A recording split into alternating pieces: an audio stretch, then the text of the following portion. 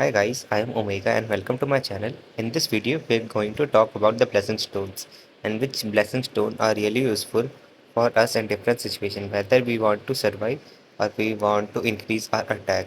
So without any further ado, let's just start. So first, we can change our blessing stones and we can equip when we reach level 40, 50, 60 and 70. As you can see, I have reached level 56, so in I can choose any two blessing stone, and when I reach level 60, I will get the third, and 70 I will get the fourth slot. So I have only six blessing stone and I have equipped daily quest completion and pulverize for the break damage.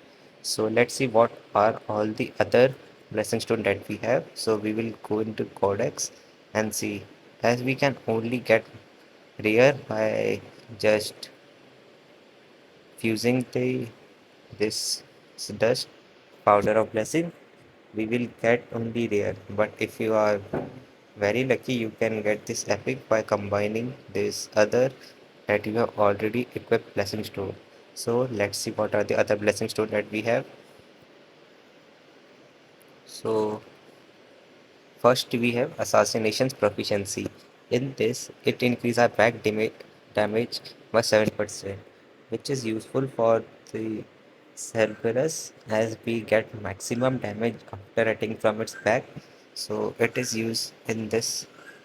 And then we have fatal strike, which increase our break damage when you land a critical hit by 2%, and it has breakdown of 2 seconds, which is also good. And then we have one of the most important, that is weakness reduction, which increase our damage to enemies by 8% of their enemy weakness, which is very good for the bosses. And then we have HP extraction. It is also good when we are surviving in a mode that has more number of enemies, and when we defeat our enemies, we will recover 0.8% of HP when defeating an enemy, which is very good if you want to survive. Then we have swiftness. It increases 1 dash and 12% of chances of your dash cooldown to reset upon dashing. So this is for the survivability. It give you, and then we have only 3 dashes at start. When you equip this, you will get 4 dashes and increase 12% chances to remove the cooldown. And then we have double edge sword, which is one of the most important attack blessing stone, as it increase our attack by 2%, but also increase the enemy's attack by 2% for 10 seconds, which we stack up to 4 times. So we will get 8% attack increase, and the boss or the enemy also get the 8% attack increase for the 10 seconds. Then we have boss layer, which is very useful when you want to defeat your bosses, and it increase the damage dealt to boss by 8%, and but increase our cooldown of dash, which is fine as we only want to defeat the boss. Then we have chainsaw blood. It increase our attack by when we lost 12% of our HP. So it is like when you get your health depleted by 12%, your attack increases. So for every 12%, your 1% attack is increases. So you can get maximum around 8% increase when you have 96% HP loss. So it is also good, but it is not recommended. Then we have Demon's Lair, which increase our MP, which is not worth it. Then we have Conquest of Adversity.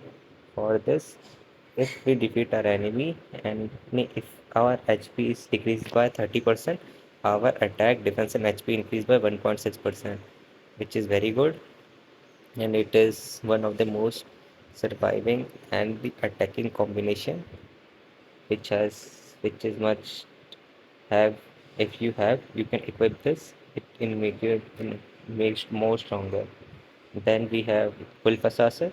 It increase our damage to normal monster by 6%.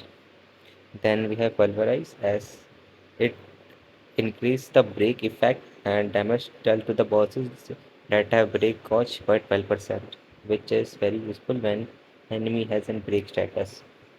Then we have camouflage, which is one of the most important and the most recommended, as if when we lose our 5% of HP, we will be hidden for 3 seconds and recover 2% of HP every 1 second, which is very good. If you have this, must equip this. Then we have bloodlust, which when you make a hit, it decreases your attacker's attack by 4%, and when you attack it, decreases your target defense by 4%. So when you hit an target, it decreases their attack by 4% for 6 seconds and also decrease their target defenses by 6%. So this is very good if you want to have an attacking based option. Then you have sharp precision. Your critical rate increased by 1% for 8 seconds when your attack hits. So this is also good but not recommended, as it only increases critical hit by 1% and you can get up to 4% for every 8 seconds. So it may be good and may not be good depending on whether you can able to hit it critical state or not. So in reawakening, it decreases the cooldown of all the stats by 8%, which is enough but not recommended, as it only decreases the cooldown, and other stones we will get more stats and vulnerability. And then we have Carnadu's blessing, which increases our HP by 4%, and it is also not recommended. Then we have tenacity. The damage you taken will decrease by 20% when you have 30% of less. So this is very good if you want to survive, as when your HP is less than 30%, you have you the damage taken by you is decreased by 20%, which is very good if you want to survive. Then we have advanced trigger technique. This is also very good if your attacker's and HP is decreases by 70%, your damage dealt to him is increases by 5.6%, which is very good if you want to have an attackers. If you want to build your chin to an attacking type, then we have Casca steel scales. Your damage taken decreased by 6%, which is good but not recommended. Then we have speed. It increases your speed and dash cooldown by 8%. So it is also used for survivability but not recommended. Then we have the most important, that's this. When your HP falls to 1%, you become immortal. And when immortal, you will get 2000 HP. This will only activate once during the match. So this is one of the most important and the must equipped daily quest completion. And then we have Monarch Domain. When you summon a shadow, this increases the attack of every shadow by 100% to the enemies, and its duration is 8 seconds. So which is one of the most important if you want to increase your attack while maintaining and defending order.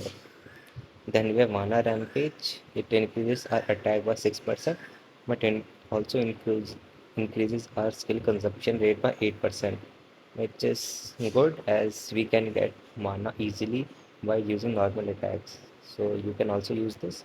So for my recommendation, if enemy has break state, then go with this fatal and this pulverize.